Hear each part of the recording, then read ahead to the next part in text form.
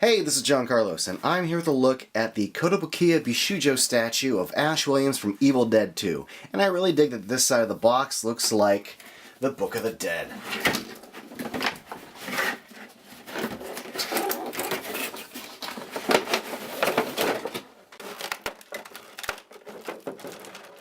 There's some fun little touches to the packaging, like Ash's eyes on the inside of the flap, and also at the bottom of the box we have Linda's head.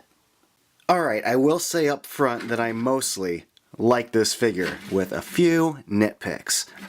First things first, I think the pose is rad. I like the fact that her right foot is kind of lifted off the ground a bit, so you get a little bit of the arched leg. It's a fun kind of sassy pose with the hand on the hip, so that's really cool.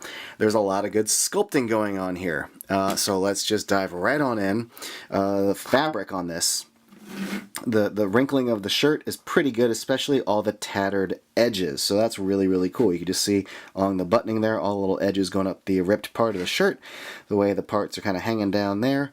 Little rough edges. Also the kind of edges of her shorts. There's like a nice basic sculpt there. Some nice lighter to darker paint fading on the shorts. Sculpt on the belt, and the straps going across her chest are all pretty good. Kind of tucked into her armpit. Kind of between her armpit and her boob would be like the hook where the chainsaw's handle would connect to. So we don't see that, but still.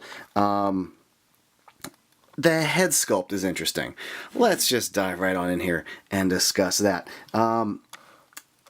There have been some pretty fun head sculpts out there, but there's something about this. It's the little opening on the side of her mouth. I know they're going for that thing, like a little sass, like a little where her the edge of her mouth is open. You can kind of see her teeth.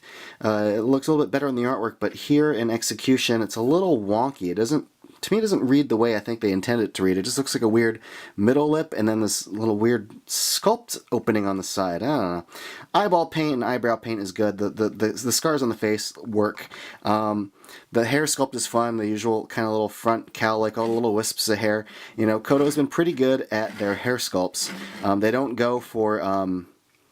it's all like a solid material, it's all painted well. They don't do that thing with like longer hair where it starts to thin out and it becomes a little more translucent. No translucent hair here. Boomstick on the back looks good. Nice kind of blood splattering all along the back, the wrinkling of the shirt, it's all very nice.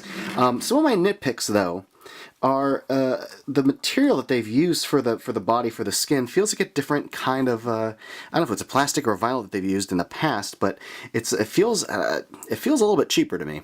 And the paint shading, which is normally like the biggest strong suit with Kotobukiya, seems a little simple on the and almost a little heavy-handed on the thigh and the knee area. They've been a little more subtle in the past.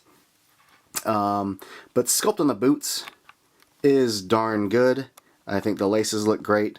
The base is something really awesome. They use like a practical metal chain here. And you've got Henrietta's hand coming out, so that's nice. Some kind of blunt shading for the wood, but the sculpt is really nice. I really do like Henrietta's hand coming out. The base has a lot of fun little beats from the movie. You got the Necronomicon right there on the bottom. Nice sculpt, very simple paint job, but I don't really come to Koto for super detailed bases. I come for really good sculpts on their statues, their figures themselves. But still, if you're going to make a base, this is a fun way to do it. I think it's pretty awesome. Now, one little thing that really bugs me, though, is the paint on the blood cuts on her legs. You could see like the way like they're almost printed on. The edges of them, you could see how they fade out into these little dots. You can see the dotting of it. That's a bummer, especially because Koto normally doesn't do that. Koto has been pretty meticulous with their paint jobs in the past, and I don't think up until a few years ago they ever would have done anything like that with the dotting and the fading going away. I don't think that's up to snuff for them. Same thing with like the skin shading right here on the, I talked about that thigh and knee, but also just like this sort of browning right there on the edge.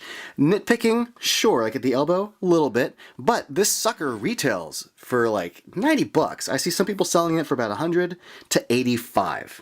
And I feel like for that price, the fact that Koto's kind of gone a little bit simpler with this is kind of a bummer.